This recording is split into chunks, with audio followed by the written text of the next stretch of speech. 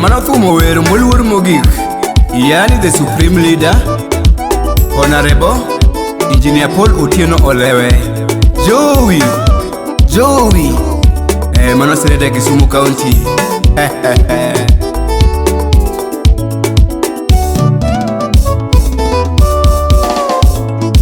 Godi wudugi nyathu chanda kama, godi wudugi nyana nyonongolo, ano minane to tum chanda kama ba, ani nyathi givili na nyonongolo, ani nyathi givili na nyonongolo, ani juogi tima kama tulenga lenga, ani juogi tima kama tulinga linga, ani juogi tima kama tulinga linga. Jono mina tiene molinge banjo thumuyo, ivu hudu ya mamu mako banjo thumuyo, oture hunya ire mumako ngoma thumuyo. Sami wero sipna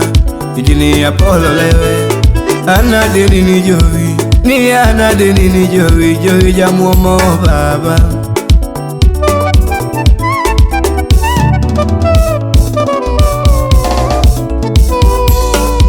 Wodugere Olewe na sungi nale, baba Wodugere Olewe na sungi nale, Woody Chief Olewe Joey jamuomo, ani Woody Chief Olewe luongi nango. Baba sunge gisome, baba sunge gisome, Oluo primary mocha kisombe baba. Miwani pose mobare kwano, St. Paul University emoti metiegro, India kanyo emoti ekisome, engineership nani, electrical engineering ilonye sana. Baba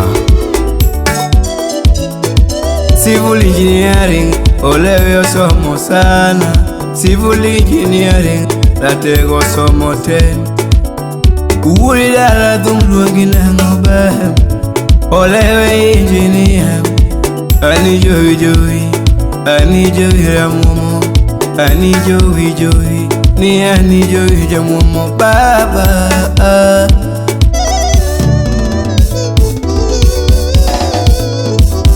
Woody Kisumu kadawa sungo gingolo, Woody Kisumu kadawa sungo gingolo, ya Kisumu West tulongi nango baba. Woody Pamo Olewe banjo churgi nyinge sani, Woody Pamo Olewe waya dondo nyinge sani, Woody Bente Olewe thum sungo nango, Woody uko thum luongo nango, Woody Bari Olewe sungo gingolo, Woody Rispo Olewe sungo gingolo,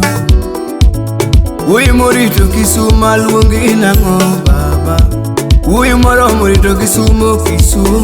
County, Olewe sungi nango, Olewe aweri nango.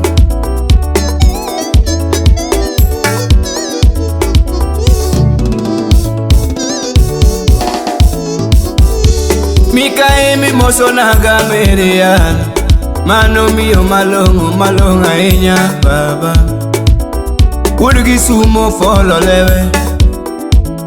ani baba randi tum luongi nango, ani baba randi Otieno luongi nango, baba emalakwena tum luongi nango, ani baba emalakwena tum luongi nango. Won rude thum luongo nyinge baba, ani won rude thum luongo nyinge baba. Joey Junior one mano nyathini, ni Joey Junior two mano nyathini.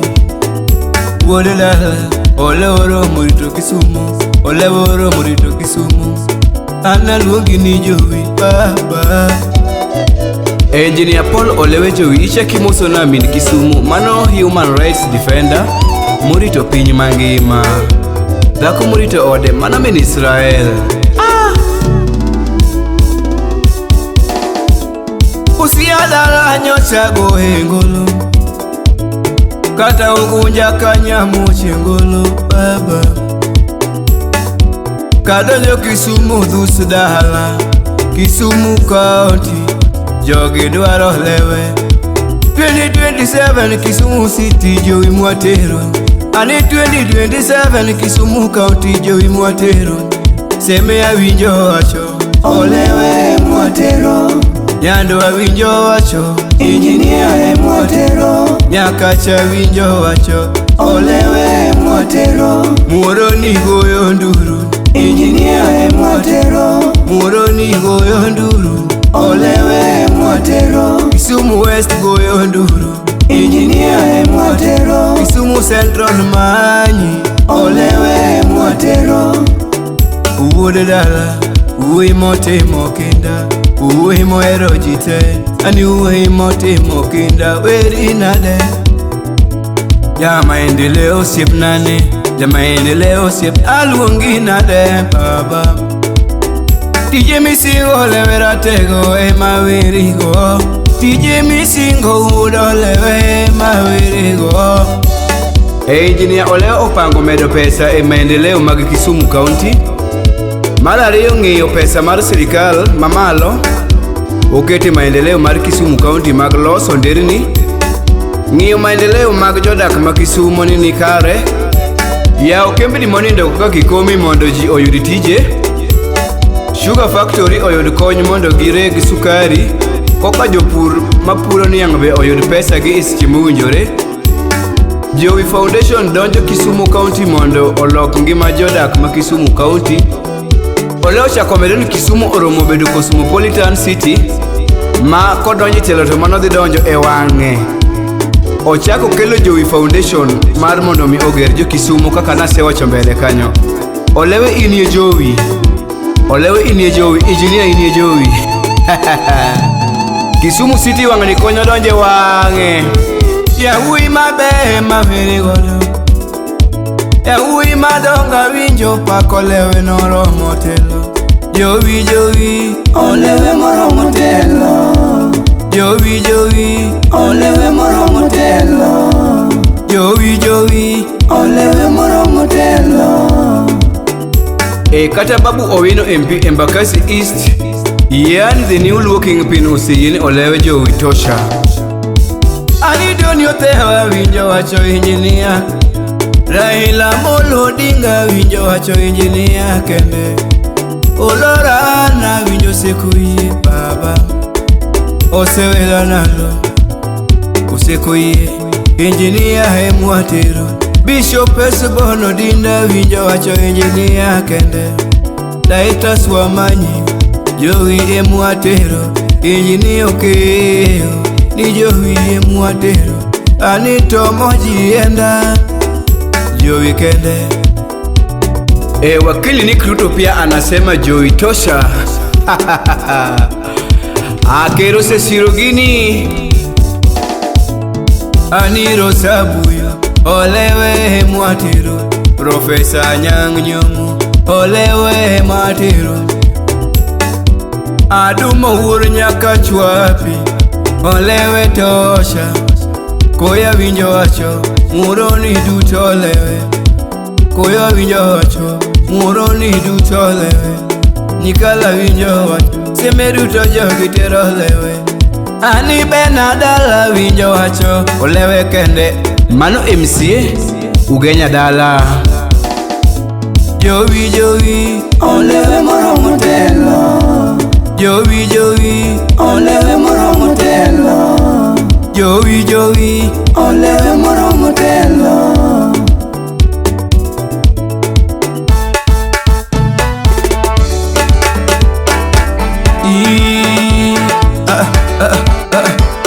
Kende